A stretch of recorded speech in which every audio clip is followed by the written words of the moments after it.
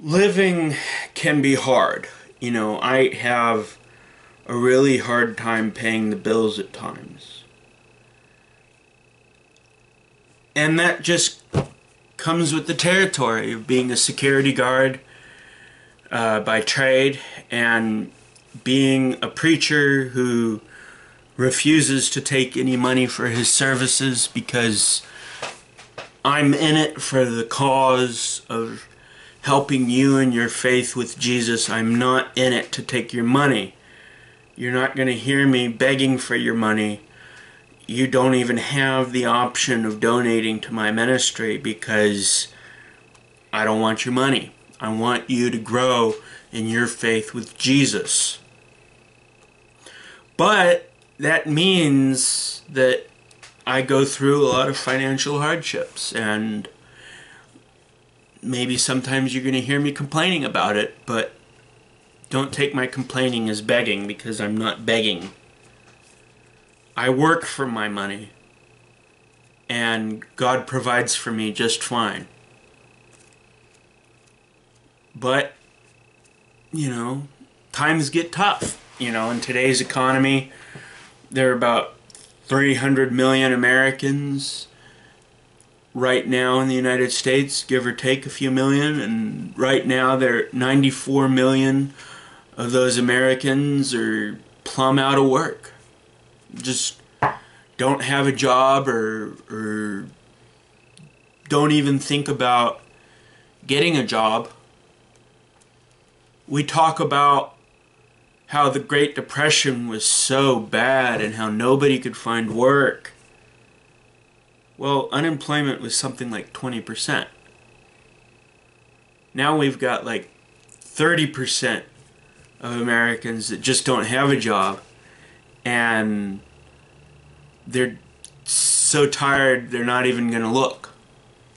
Well, they don't need to look because, maybe they got welfare or whatever. I'm not here to talk about politics. I'm just talking about facts, that times are tough. Even though we're in a recovery, we've got more Americans by percentage out of work than during the Great Depression.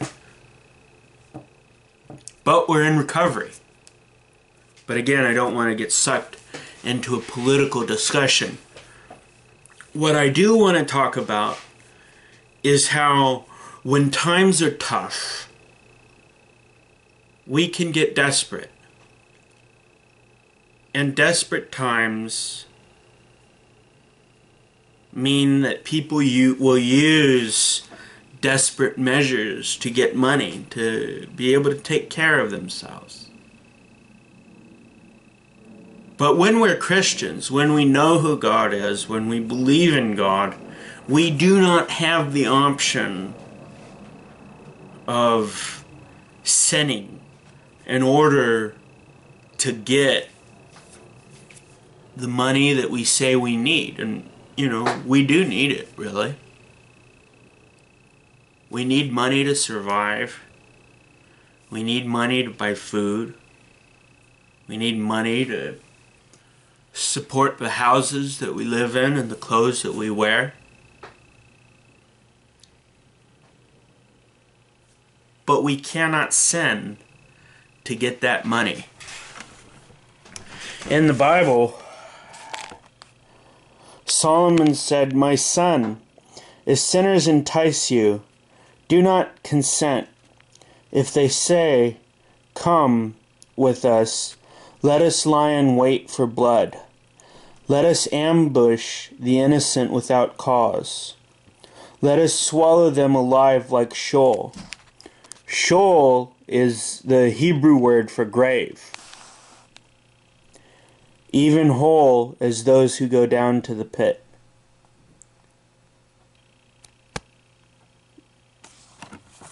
You know what they're talking about? They're talking about setting up an ambush. They're talking about killing somebody and taking their wealth.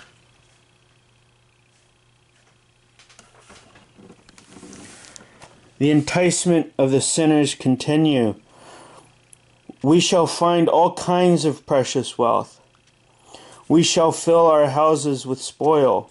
Throw in your lot with us. We shall all have one purse. My son, do not walk in the way with them. Keep your feet from their path, for their feet run to evil, and they hasten to shed blood. He's saying that they are trying to kill somebody to find money. They're saying, let's go kill somebody. Let's go take their money with the gun, with the sword, with the knife. They're saying, let us kill.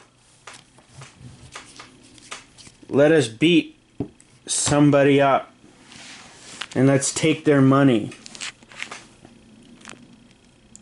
Do not walk in their path. Do not go this way. Go this way.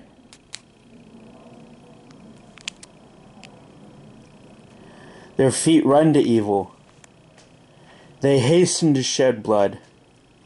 Indeed, it is useless to spread the net in the eyes of any bird, but they lie in wait for their own blood. They ambush their own lives. So are the ways of everyone who gains by violence. It takes away the life of its possessors. What Solomon is saying is that when you use this to make your money, when you use this to attack somebody like me, an armed guard, a policeman, a man defending his home, they're going to kill you. They lie in wait for their own blood. They ambush their own lives.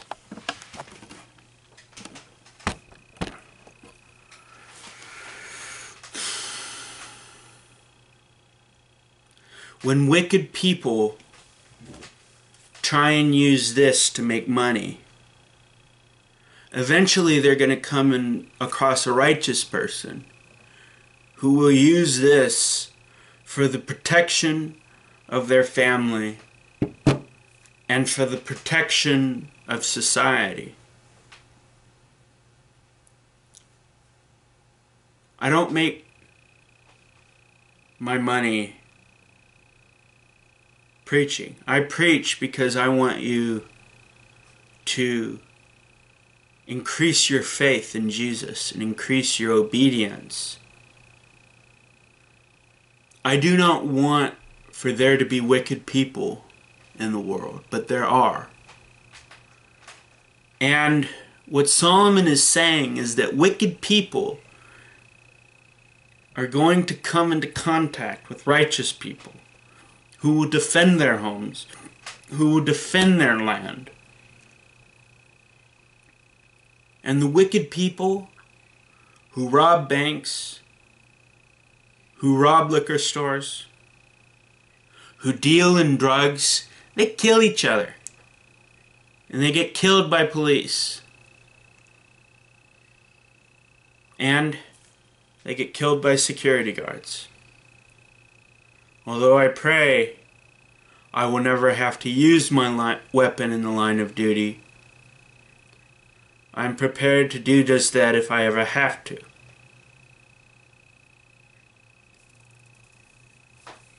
Because God has set up systems for the defense of righteous people. When we get desperate, when we get so, I just need cash, I just need money, and we'll probably all get there at some point. Let me implore you, don't give in to the temptation. Don't take what isn't yours. Follow after God. Be obedient to God. And don't don't use weapons of violence to take what isn't yours.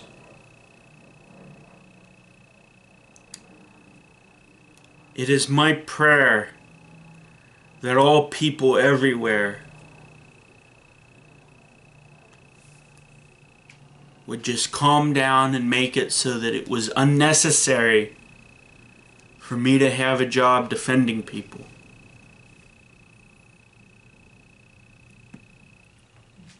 But until that day comes, I'm just going to have to be prepared to make the sacrifices that I need to make in order to make sure that this world is a little bit of a safer place because of my efforts.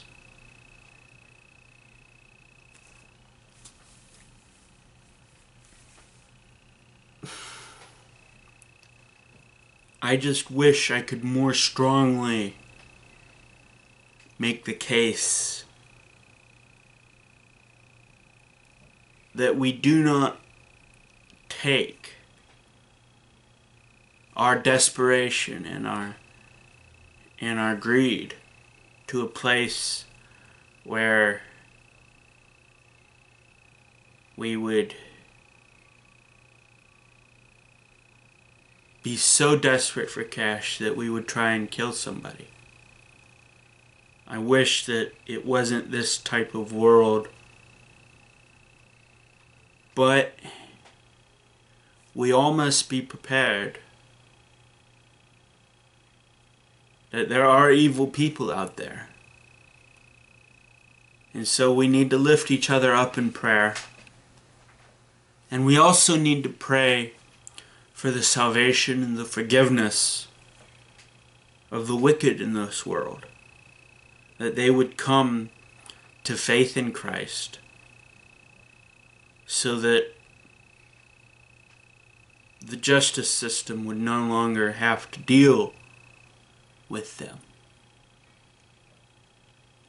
While I do not believe that on this side of eternity that we will ever be completely rid of evil, I do believe that through the power of prayer, through the power of sharing the gospel, we can and we will see people reject this type of ultimate evil and embrace the ultimate good of the love and grace and mercy of Jesus Christ.